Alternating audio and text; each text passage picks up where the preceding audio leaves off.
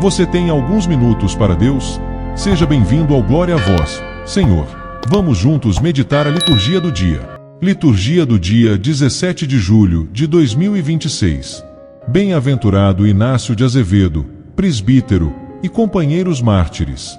Memória. 15ª semana do Tempo Comum, sexta-feira. Primeira leitura. Leitura do livro do profeta Isaías. Naqueles dias, Ezequias foi acometido de uma doença mortal. Foi visitá-lo o profeta Isaías, filho de Amós, e disse-lhe: Isto diz o Senhor, arruma as coisas de tua casa, pois vais morrer e não viverás.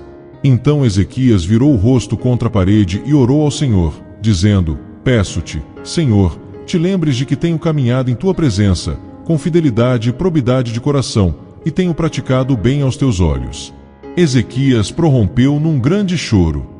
A palavra do Senhor foi dirigida a Isaías. Vai dizer a Ezequias: Isto diz o Senhor, Deus de Davi, teu pai, ouvi a tua oração, vi as tuas lágrimas, eis que vou acrescentar à tua vida mais 15 anos, vou libertar-te das mãos do rei da Síria, junto com esta cidade, que ponho sob minha proteção. Então, Isaías ordenou que fizessem uma cataplasma de massa de figos e a aplicassem sobre a ferida, que ele ficaria bom. Perguntou Ezequias: E qual é o sinal de que hei de subir à casa do Senhor? Este é o sinal que terás do Senhor, de que ele cumprirá a promessa que fez. Eis que farei recuar 10 graus a sombra dos graus que já desceu no relógio solar de Acais. De fato, a marca do sol recuara 10 graus dos que ela tinha descido. Palavra do Senhor, graças a Deus.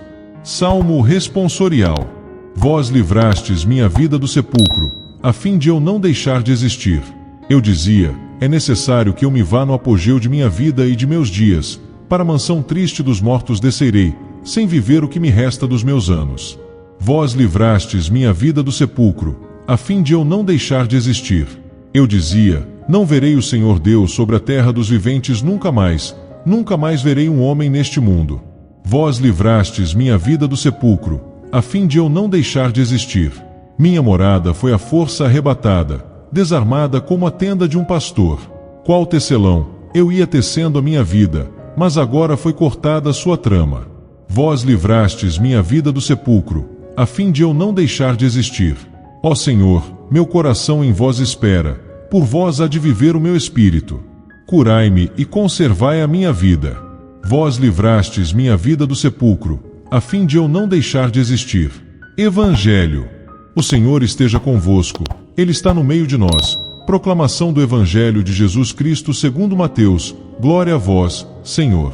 Naquele tempo, Jesus passou no meio de uma plantação num dia de sábado. Seus discípulos tinham fome e começaram a apanhar espigas para comer. Vendo isso, os fariseus disseram-lhe: Olha, os teus discípulos estão fazendo o que não é permitido fazer em dia de sábado. Jesus respondeu-lhes: Nunca lestes o que fez Davi, quando ele e seus companheiros sentiram fome?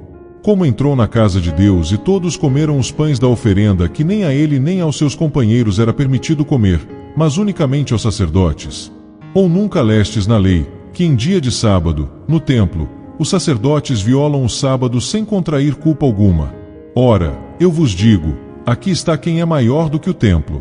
Se tivesseis compreendido o que significa, quero a misericórdia e não o sacrifício, não teríeis condenado os inocentes. De fato, o Filho do Homem é Senhor do sábado.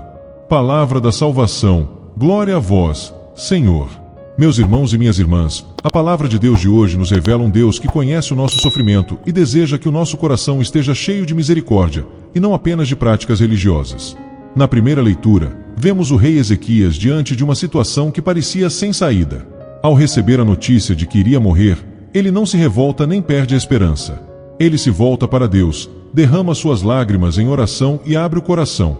E o Senhor responde: Ouvi a tua oração, vi as tuas lágrimas. Que bonito! Deus não é indiferente ao nosso sofrimento. Ele conhece cada lágrima que derramamos e escuta cada oração feita com sinceridade. O Salmo continua esse sentimento de confiança. Depois de experimentar o medo da morte, o coração reconhece que foi Deus quem o sustentou e lhe devolveu a esperança. É o testemunho de quem descobriu que a vida está nas mãos do Senhor. No Evangelho, Jesus enfrenta os fariseus que criticam os discípulos por colherem espigas no sábado para matar a fome. Eles estavam mais preocupados com o cumprimento de uma regra do que com a necessidade de pessoas que tinham fome. Então Jesus ensina uma verdade que nunca envelhece: quero a misericórdia e não o sacrifício. Essa palavra também fala diretamente para nós. Podemos correr o risco de viver uma fé apenas de aparência, rezar muito, participar das celebrações, cumprir obrigações religiosas, mas esquecer de amar, acolher, perdoar e ajudar quem sofre ao nosso lado. Deus não despreza nossas orações, mas deseja que elas transformem o nosso coração. A misericórdia começa nas pequenas atitudes do dia a dia: uma palavra de consolo, um gesto de perdão, um olhar sem julgamento, uma mão estendida a quem precisa. É assim que mostramos que nossa fé é verdadeira. Hoje, Deus nos faz duas promessas. Ele vê as nossas lágrimas e nunca permanece indiferente ao nosso sofrimento. E, ao mesmo tempo, nos convida a olhar para as lágrimas dos outros com a mesma compaixão que Ele tem por nós. Que o exemplo do bem-aventurado Inácio de Azevedo e seus companheiros mártires, que deram a própria vida por amor a Cristo, fortaleça também a nossa fidelidade. Quem coloca a misericórdia no centro da sua vida descobre que Deus transforma lágrimas em esperança, medo em coragem e sofrimento em caminho de salvação.